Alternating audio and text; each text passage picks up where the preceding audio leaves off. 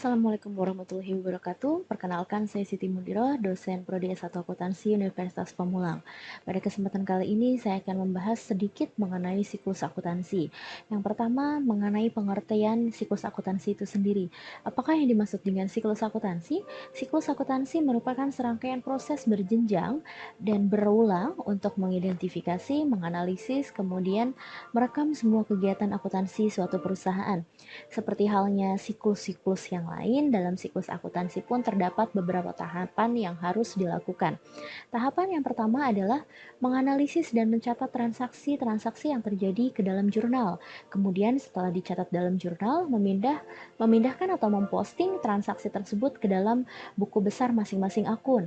Selanjutnya, menyiapkan neraca saldo yang belum disesuaikan, dilanjutkan dengan menyiapkan dan menganalisis data penyesuaian. Kemudian dilanjutkan lagi dengan tahapan opsional, tahapan yang artinya adalah tahapan yang boleh dilakukan, boleh juga tidak, yaitu menyiapkan kertas kerja atau worksheet. Kemudian selanjutnya membuat ayat jurnal penyesuaian dan posting lagi ke dalam buku besar. Kemudian menyiapkan neraca saldo yang disesuaikan. Dilanjutkan dengan membuat laporan keuangan, kemudian membuat jurnal penutup dan kembali lagi posting ke dalam buku besar.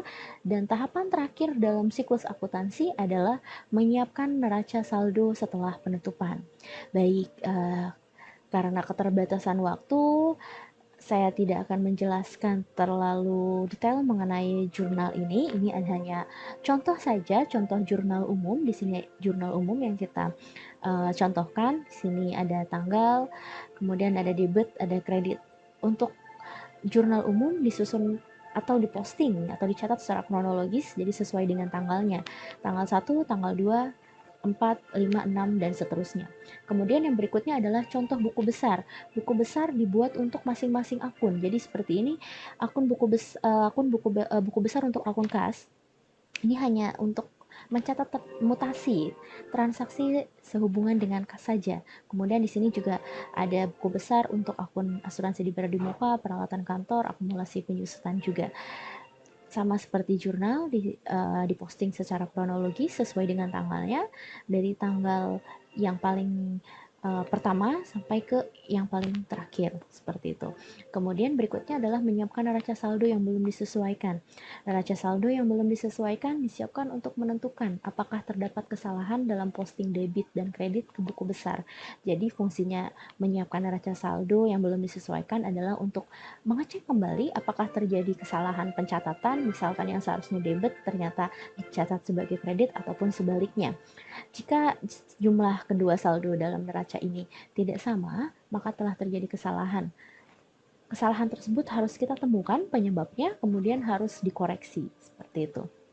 Ini adalah contoh neraca saldo yang belum disesuaikan, seperti chart of account atau bagian akun disusun dimulai dari aset, kemudian di sini ada liabilities, kemudian di sini ada owner equities, kemudian di sini ada revenue, dan dilanjutkan dengan expenses. Kemudian langkah berikutnya adalah membuat jurnal penyesuaian, kemudian posting lagi ke dalam buku besar. Ini adalah contoh untuk jurnal penyesuaian. Apa saja yang biasanya disesuaikan? Yang biasanya disesuaikan adalah biaya dibayar di muka, pendapatan dibayar di muka, kemudian pendapatan yang masih akan diterima, dan accrual biaya atau biaya-biaya periode tersebut yang masih harus dibayarkan, seperti itu. Setelah dibuat ayat jurnal penyesuaiannya, kemudian posting lagi ke dalam buku besar. Ini adalah contoh untuk worksheet atau kertas kerja. Di sini untuk nama akunnya susunannya sama seperti neraca saldo belum disesuaikan. Di sini ada tiga kolom ya. Ini untuk neraca saldo belum disesuaikan, debit kredit, kemudian ini untuk penyesuaiannya, debit kredit, kemudian di sini adalah untuk neraca saldo yang sudah disesuaikan. Ini contoh dari neraca saldo yang sudah disesuaikan untuk Rahma Consulting periode 30 April 2016. Kemudian langkah berikutnya adalah menyiapkan laporan keuangan. Laporan keuangan yang pertama dibuat adalah laporan laba rugi, dilanjutkan dengan laporan ekuitas pemilik, kemudian dilanjutkan lagi dengan laporan posisi keuangan. Ini adalah contoh untuk laporan keuangannya. Inilah adalah contoh laporan laba rugi. Di sini laba bersihnya 18.300.000. Di sini masuk ke dalam laporan ekuitas pemilik. Laba bersihnya di sini, kemudian di sini adalah modalnya. Modal akhir per 30 April adalah 42.300, yang mana modal akhir ini akan masuk ke dalam laporan posisi keuangan 42.300. Di sini laporan posisi keuangan ada aset, ada liabilities, ekuitas pemilik. Saldo aset dan liabilities ditambah dengan ekuitas pemilik harus sama. Di sini sudah sama. Kemudian langkah berikutnya adalah membuat ayat jurnal penutup dan memindahkannya atau mempostingnya ke buku besar. Apa saja yang harus dijurnal?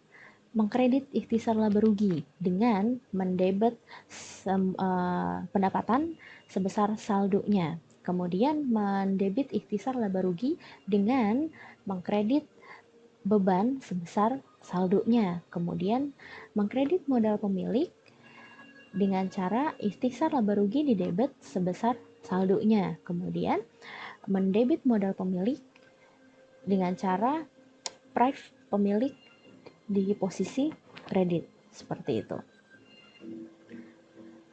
Kemudian ini adalah contoh untuk jurnal penutupnya.